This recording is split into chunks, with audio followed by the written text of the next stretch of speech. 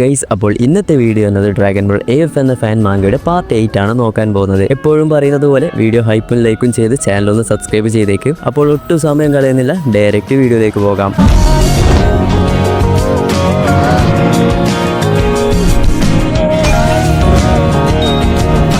Okay, കഴിഞ്ഞ പാർട്ടിൽ നമ്മൾ ഗോഹാൻ ആൻഡ് വെജീറ്റ സൂപ്പർ സൈയൻ 5 മാറി അവസാനം ആ ഒരു ഡ്രാഗൺ ബോൾ സമൺ ചെയ്തത് വരെയാണ് പറഞ്ഞത്. ഓക്കെ, അങ്ങനെ അതിനുശേഷം കുറച്ച് മുൻപുള്ള ഒരു സംഭവമാണ് കാണിക്കുന്നത്. നമ്മുടെ ഓൾഡ് ഗായ് ഗോഹാനോട് പറയും, ഇപ്പോൾ നമ്മൾ ഡ്രാഗൺ ബോൾ സമൺ ചെയ്താൽ അതിൽ നിന്ന് കുറെ ഈവിൾ ഡ്രാഗൺസ് ലീക്ക് ഔട്ട് ആകും. ഓൾറെഡി ഐസയും മാർബിളും ഒക്കെ എർത്തിൽ വന്ന് നല്ല രീതിയിൽ ഇവിടെ ഡാമേജ് ഉണ്ടാക്കി. ഇനി ഈ ഒരു ഈവിൾ ഡ്രാഗൺസും വന്നു കഴിഞ്ഞാൽ അത് എർത്തിന് താങ്ങാൻ കഴിയില്ല. അതുകൊണ്ട് ഈ ഒരു ഡ്രാഗൺ ബോൾസിൽ നിന്ന് വരുന്ന ഈവിൾ ഡ്രാഗൺസിനെ നമ്മൾ മറ്റുള്ള പ്ലാനറ്റിൽ നിന്നുമാണ് എതിർത്ത് നിൽക്കാൻ പോകുന്നത്. അങ്ങനെ ഇത് കേൾക്കുന്ന ഗോഹാനും പെട്ടെന്നൊന്ന് ഷോക്ക് ആകുന്നു. ഇതെങ്ങനെ സംഭവിക്കും? അപ്പോൾ നമ്മുടെ കിബിറ്റോ ഷിൻ പറയും, എനിക്കും ഗോകുവിനെ പോലെ ഇൻസ്റ്റന്റ് ട്രാൻസ്മിഷൻ യൂസ് ചെയ്യാൻ സാധിക്കും. അപ്പോൾ ഈ ഒരു ഡ്രാഗൺസ് വരുന്ന സമയത്ത് അവയൊക്കെ ടെലിപ്പോർട്ട് ചെയ്ത് മറ്റു പ്ലാനറ്റിൽ ഡയറക്റ്റ് എത്തിക്കാമെന്നൊക്കെ പറയുന്നു. അതുപോലെ ഇതിൽ നിന്നും വരുന്ന ഓരോ ഡ്രാഗനെയും ഓരോ ആൾക്കാർ വീതമാണ് എതിർത്ത് നിൽക്കേണ്ടത്. അങ്ങനെ ഈ ഒരു ബാറ്റിൽ നടക്കുന്ന 5 പ്ലാനറ്റ് ഇവിടെ കാണിക്കുന്നു. Planet zone, planet dark demon realm, planet Kachin, planet Mujin, last Kaioshin world. ഇവിടെ നിന്നൊക്കെയാണ് ഈ ഒരു ബാറ്റിൽ ഇവിടെ നടക്കാൻ പോകുന്നത്. ഈ ഒരു 5 പ്ലാനറ്റും അല്ലെങ്കിൽ ഈ ഒരു 5 സ്ഥലവും എർത്തിനെ വെച്ച് കമ്പയർ ചെയ്യുമ്പോൾ കുറച്ചുകൂടി ഡ്യൂറബിലിറ്റി കൂടുതലാണ്. അങ്ങനെ ഇത് കേട്ട് പിന്നെയും ഗോഹാൻ ഒന്ന് ഷോക്ക് ആകുന്നു. 5 പ്ലാനറ്റോ? ടോട്ടൽ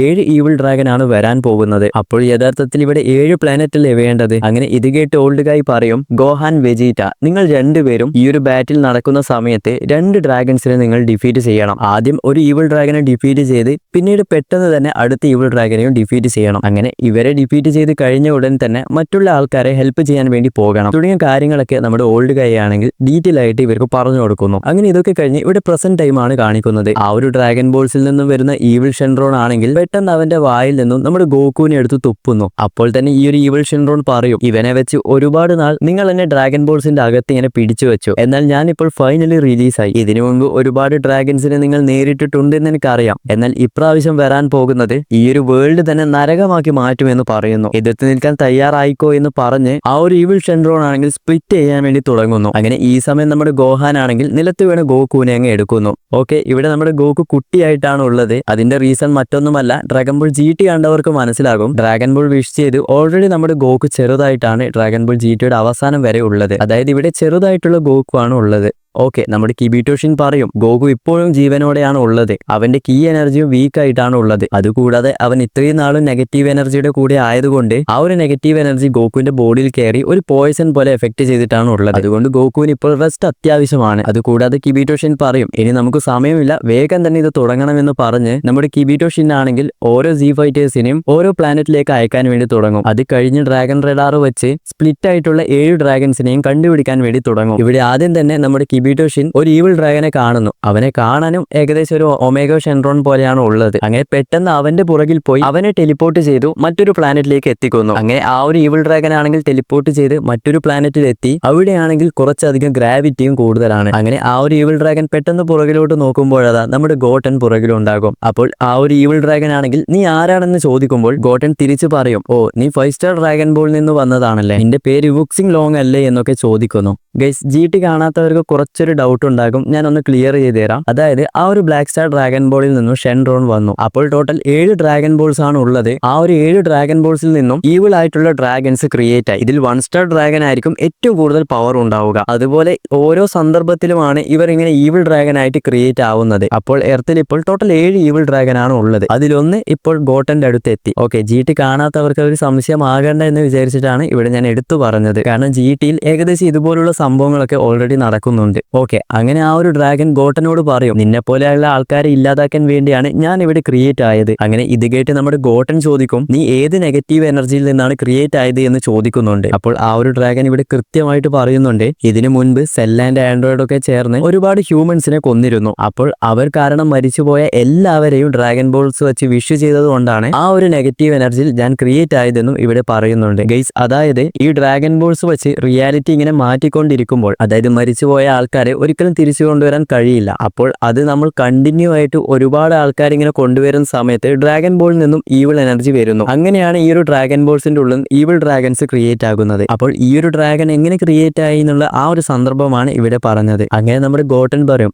ആ സമയത്ത് എന്റെ ഫാദറും ബ്രദറുമാണ് അതിനെതിരെ നേരിട്ടത്. ഇതേ സമയം നമ്മുടെ ഓൾഡ് ഗായ് ആണെങ്കിൽ ഗോട്ടന്റെ അടുത്ത് ആ ഒരു ഈവിൾ ഡ്രാഗൺ എത്തിയ കാര്യം സെൻസ് ചെയ്യുന്നു. കൂടാതെ ഓൾഡ് ഗായ് ഗോക്കുവിനെ നോക്കി പറയുന്നുണ്ട്, അന്ന് തൊട്ട് ഇപ്പോൾ വരെ നീ ഒരുപാടധികം കഷ്ടപ്പെട്ടു, ഇനി ഇപ്പോൾ നീ റെസ്റ്റ് എടുക്കണം. നിന്റെ മക്കളും ഫ്രണ്ട്സുമാണ് ഇപ്പോൾ ഈ കാര്യങ്ങളൊക്കെ നോക്കുന്നത്. അവർക്കിത് കംപ്ലീറ്റ് ചെയ്യാൻ സാധിച്ചാൽ പിന്നെയും വേൾഡിൽ സമാധാനം കൊണ്ടുവരും തുടങ്ങിയ കാര്യങ്ങളൊക്കെ നമ്മുടെ ഓൾഡ് ഗായ് പറയുന്നു. അങ്ങനെ ഫൈനലി നമ്മുടെ ഗോട്ടൻ വാസസ് 5 സ്റ്റാർ ഈവിൾ ഡ്രാഗൺ തമ്മിൽ ഫൈറ്റ് നടക്കുന്നു. തുടക്കത്തിൽ ഹാൻഡ് ടു ഹാൻഡ് ആയിട്ടാണ് ഫൈറ്റ് ചെയ്യുന്നത്. അതായത് പഞ്ചും കിക്കും ഒക്കെ വെച്ച് നോർമൽ ആയിട്ട് അങ്ങ് ഫൈറ്റ് ചെയ്യുന്നു. അങ്ങനെ ഫൈറ്റിനിടയിൽ നമ്മുടെ ഈവിൾ ഡ്രാഗൺ ആണെങ്കിൽ പെട്ടെന്ന് പുറകിലോട്ട് പോകുന്നു. ആ ഒരു സമയം നോക്കി പെട്ടെന്ന് ഗോട്ടൻ ആണെങ്കിൽ കാമേഹാമേഹയും യൂസ് ചെയ്യുന്നു. എന്നാൽ ആ ഒരു കാമേഹാമേഹ വെച്ച് ഡ്രാഗൺ ഇല്ലാതായോ എന്ന് നോക്കിക്കഴിഞ്ഞാൽ ഇല്ല. ആ ഒരു കാമേഹാമേഹ പെട്ടെന്ന് തട്ടി മാറ്റുന്നു. അങ്ങനെ ആ ഒരു ഈവിൾ ഡ്രാഗൺ പിന്നെയും താഴേക്ക് ഇറങ്ങി ഗോട്ടനുമായി പിന്നെയും ഹാൻഡ് ടു ഹാൻഡ് ഫൈറ്റ് നടക്കുന്നു. ഇവിടെ പ്രധാനമായും ഹാൻഡ് ടു ഹാൻഡ് ആയിട്ട് ഫൈറ്റ് നടക്കാനുള്ള മറ്റൊരു കാരണം എർത്തിനേക്കാൾ കുറച്ചധികം ഗ്രാവിറ്റി ഇവിടെ കൂടുതലാണ്. അങ്ങനെ ഫൈറ്റിനിടയിൽ നമ്മുടെ ഈവിൾ ഡ്രാഗൺ ആണെങ്കിൽ പെട്ടെന്ന് ഒരു ഫ്ലാഷ് പോലുള്ള ഒരു അറ്റാക്ക് ഗോട്ടന് നേരെ വിടുന്നു. എന്നാൽ അത് ഡിഫെൻഡ് ചെയ്യാൻ വേണ്ടി ഏകദേശം അതേപോലെയുള്ള ഒരു ഫ്ലാഷ് ഗോട്ടൻ തിരിച്ച് അറ്റാക്ക് ചെയ്യുകയും ചെയ്യുന്നുണ്ട്. അങ്ങനെ ആ ഒരു 2 ഫ്ലാഷ് കൂട്ടിമുട്ടി ചെറിയൊരു ബ്ലാസ്റ്റും അവിടെ ഉണ്ടാകുന്നു. അങ്ങനെ ആ ഒരു ബ്ലാസ്റ്റ് കഴിഞ്ഞപ്പോൾ നമ്മുടെ ഗോട്ടൻ എവിടെ കാണാനുണ്ടാകില്ല. ആ ഒരു ഈവിൾ ഡ്രാഗൺ പറയും അവനിപ്പോൾ എന്തായാലും മരിച്ചു കാണും, അവൻ അത്യാവശ്യം ഡയലോഗ് മാത്രമേ ഉള്ളൂ എന്നൊക്കെ ഇങ്ങനെ പറയുമ്പോൾ ഈവിൾ ഡ്രാഗന്റെ പുറകിലായി നമ്മുടെ ഗോട്ടൻ മാസ് ആയിട്ട് അങ്ങനെ നിൽക്കുന്നുണ്ടാകും. അങ്ങനെ ഇത് സെൻസ് ചെയ്ത് നമ്മുടെ ഈവിൾ ഡ്രാഗൺ പറയും എനിക്ക് എങ്ങനെ എന്റെ അറ്റാക്കിൽ നിന്ന് രക്ഷപ്പെടാൻ സാധിച്ചു, അതൊരു പവർഫുൾ ആയ അറ്റാക്ക് ആയിരുന്നു, നീ ഒരു സാധാരണക്കാരനാണെന്നാണ് ഞാൻ വിചാരിച്ചത്, എന്നാൽ എന്റെ കണക്കുകൂട്ടലുകൾ തെറ്റി. അങ്ങനെ നമ്മുടെ ഗോട്ടൻ പറയും ഇതിനെല്ലാം കാരണം ഞാൻ കഷ്ടപ്പെട്ട് ട്രെയിനിങ് ചെയ്തിട്ടാണ്, ഞാൻ ഹൈപ്പർബോളിക് ടൈം ചേമ്പറിൽ നിന്നും വളരെയധികം കഷ്ടപ്പെട്ടിരുന്നു, അതുകൊണ്ട് ഈ പ്ലാനറ്റിൽ അത്രയധികം ഗ്രാവിറ്റി ഉണ്ടെങ്കിലും അതെനിക്ക് വലിയ കുഴപ്പമല്ല. അങ്ങനെ ആ ഒരു ഈവിൾ ഡ്രാഗൺ പറയും അങ്ങനെയാണെങ്കിൽ ഓക്കെ യഥാർത്ഥ ഫൈറ്റ് തുടങ്ങാമെന്ന് പറയുന്നു. എന്നും പറഞ്ഞ് നമ്മുടെ ഈവിൾ ഡ്രാഗൺ ആണെങ്കിൽ റേസ് ചെയ്യാൻ വേണ്ടി തുടങ്ങും. ആ ഒരു ഈവിൾ ഡ്രാഗന്റെ കീ എനർജി ആണെങ്കിൽ ഇങ്ങനെ പുറത്തേക്ക് വരാൻ വേണ്ടി തുടങ്ങുന്നു. എന്നാൽ നമ്മുടെ ഗോട്ടനും വെറുതെ ഇരിക്കില്ല,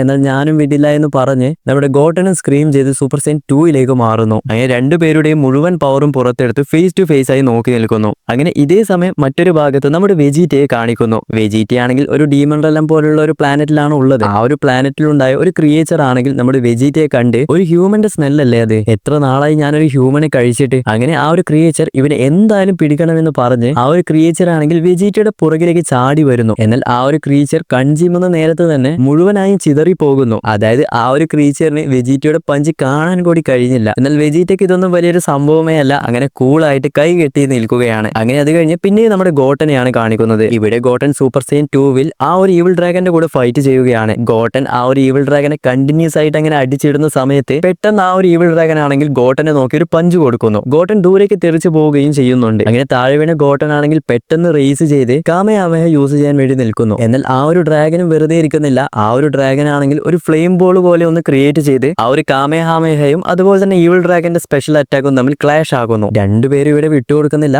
മാക്സിമം പിടിച്ചു നിൽക്കുകയാണ്. അങ്ങനെ 2 അറ്റാക്കും കൂട്ടിമുട്ടി ഒരു പരിധി കഴിഞ്ഞപ്പോൾ അവിടെ വലിയൊരു പൊട്ടിത്തെറി ഉണ്ടാകുന്നു. ആ ഒരു ബ്ലാസ്റ്റിൽ വലിയൊരു ഇമ്പാക്ട് ആണ് അവിടെ ഉണ്ടാകുന്നത്. അങ്ങനെ നമ്മുടെ ഗോട്ടനും മനസ്സിലാകും ഇതിനു മുൻപൊക്കെ വന്നിരുന്ന ഈവിൾ ഡ്രാഗനെ പോലെയല്ല ഇവർ, അത്രയധികം പവർഫുൾ ആണ്, ഇവനെ എതിർത്ത് നിൽക്കാൻ ഞാൻ വളരെയധികം ബുദ്ധിമുട്ടുമെന്ന് നമ്മുടെ ഗോട്ടൻ മനസ്സിലാക്കുന്നു. ഗൈസ് ഇവിടെ എനിക്ക് ഒരു കാര്യം പറയാനുണ്ട്. പൊതുവെ ഫാൻ മാങ്കയിൽ നോക്കിക്കഴിഞ്ഞാൽ നമ്മുടെ ഗോട്ടൻ അത്ര ഇമ്പോർട്ടൻസ് കൊടുക്കാറില്ല. എന്നാൽ ഡ്രാഗൺ ബോൾ AFൽ നമ്മുടെ ഗോട്ടൻ അത്യാവശ്യം ഒരു ഇമ്പോർട്ടൻസ് കൊടുത്തിട്ടുണ്ട്. അതെനിക്ക് വളരെയധികം ഇഷ്ടപ്പെടുകയും ചെയ്തു. അങ്ങനെ ഈ സമയം ആ ഒരു ഈവിൾ ഡ്രാഗൻ ആണെങ്കിൽ ഇതേത് പ്ലാനറ്റ് ആണ്, ഈ ഒരു ഗ്രാവിറ്റി കാരണം എനിക്ക് വിചാരിച്ചതുപോലെ ഫൈറ്റ് ചെയ്യാൻ കഴിയുന്നില്ല എന്നൊക്കെ പറയാൻ വേണ്ടി തുടങ്ങും. അങ്ങനെ നമ്മുടെ ഗോട്ടൻ പറയും ഏതു ഡ്രാഗൻ ആണോ മുൻപ് നമ്മളെ ഹെൽപ്പ് ചെയ്തത് അവരെ എതിർത്താണ് ഞാനിപ്പോൾ ഫൈറ്റ് ചെയ്യുന്നത്. ഞാനിപ്പോൾ നിന്റെ കൂടെ ഫൈറ്റ് ചെയ്യുന്നത് എന്റെ ഡാഡിനും അതുപോലെ പാനിനും വേണ്ടിയാണ്, അതുകൊണ്ട് ഞാൻ നിന്നെ എന്തായാലും ഡിഫീറ്റ് ചെയ്യും. എന്നാൽ ആ ഒരു ഈവിൾ ഡ്രാഗൻ ആണെങ്കിൽ ഇവൻ എന്താണ് പറയുന്നതെന്ന് മനസ്സിലാകില്ല. അങ്ങനെ പിന്നെയും നമ്മുടെ ഗോട്ടൻ പറയും എനിക്ക് എങ്ങനെയെങ്കിലും പാനിനെ രക്ഷിക്കണം, എന്റെ ഫാമിലിയും എർത്തിനെയും എനിക്ക് പ്രൊട്ടക്ട് ചെയ്യണം. ഫാദർ എനിക്ക് നിങ്ങളുടെ കുറച്ച് എനർജി വേണമെന്ന് പറഞ്ഞ് കോൺഫിഡൻസിൽ അങ്ങനെ നിൽക്കാൻ വേണ്ടി തുടങ്ങും. അങ്ങനെ പെട്ടെന്ന് ഒട്ടും പ്രതീക്ഷിക്കാതെ നമ്മുടെ ഗോട്ടൻ ആണെങ്കിൽ ഡ്രാഗൺ ഫിസ്റ്റ് എക്സ്പ്ലോഷൻ എന്ന് പറഞ്ഞ് സ്ക്രീം ചെയ്യാൻ വേണ്ടി തുടങ്ങും. അതായത് ഈ ഒരു അറ്റാക്ക് നമ്മുടെ ഗോക്കുവിന് മാത്രമേ യൂസ് ചെയ്യാൻ കഴിയുകയുള്ളൂ. ഇത് ആദ്യമായിട്ട് ഈ ഒരു ടെക്നിക്ക് അല്ലെങ്കിൽ ഈ ഒരു അറ്റാക്ക് നമ്മുടെ ഗോട്ടനും യൂസ് ചെയ്യാൻ പോകുന്നു. അങ്ങനെ ഈ ഒരു അറ്റാക്ക് വെച്ച് നമ്മുടെ ഗോട്ടൻ ആണെങ്കിൽ ഓടി വന്ന് ആ ഒരു ഈവിൾ ഡ്രാഗന്റെ വയറിന് നോക്കി അങ്ങ് കുത്തുന്നു. എന്നാൽ ജസ്റ്റ് പഞ്ച് ചെയ്തെന്ന് മാത്രമല്ലാതെ അവിടെ നിന്ന് പിന്നെയും സ്ക്രീം ചെയ്തു അതിൽ നിന്ന് വന്ന ആ ഒരു ഗോൾഡൻ ഡ്രാഗൻ ആണെങ്കിൽ ഈവിൾ ഡ്രാഗനെ അങ്ങ് ഇല്ലാതാക്കുന്നു. പതിയെ ആ ഒരു ഈവിൾ ഡ്രാഗൻ വാനിഷ് ആയി അവിടെ ഒരു ബ്ലാസ്റ്റ് ഉണ്ടാവുകയും ചെയ്യുന്നു. ഫൈനലി നമ്മുടെ ഗോട്ടൻ ആണെങ്കിൽ ആ ഒരു ഡ്രാഗനെ അങ്ങ് ഇല്ലാതാക്കി. അങ്ങനെ ആ ഒരു ഈവിൾ ഡ്രാഗന്റെ ബോഡിയിൽ നിന്നും വീണ 5 സ്റ്റാർ ഡ്രാഗൺ ബോൾ എടുക്കുന്നതോടുകൂടി ഇന്നത്തെ ഈ ഒരു പാർട്ടും അവസാനിക്കുന്നു. വീഡിയോ ഇഷ്ടപ്പെട്ട ലൈക്ക് ചെയ്യാനും ചാനൽ ഇഷ്ടപ്പെട്ട സബ്സ്ക്രൈബ് ചെയ്യാനും മറന്നു പോകരുത്. അടുത്തൊരു വീഡിയോയുമായി പിന്നെ വരാം.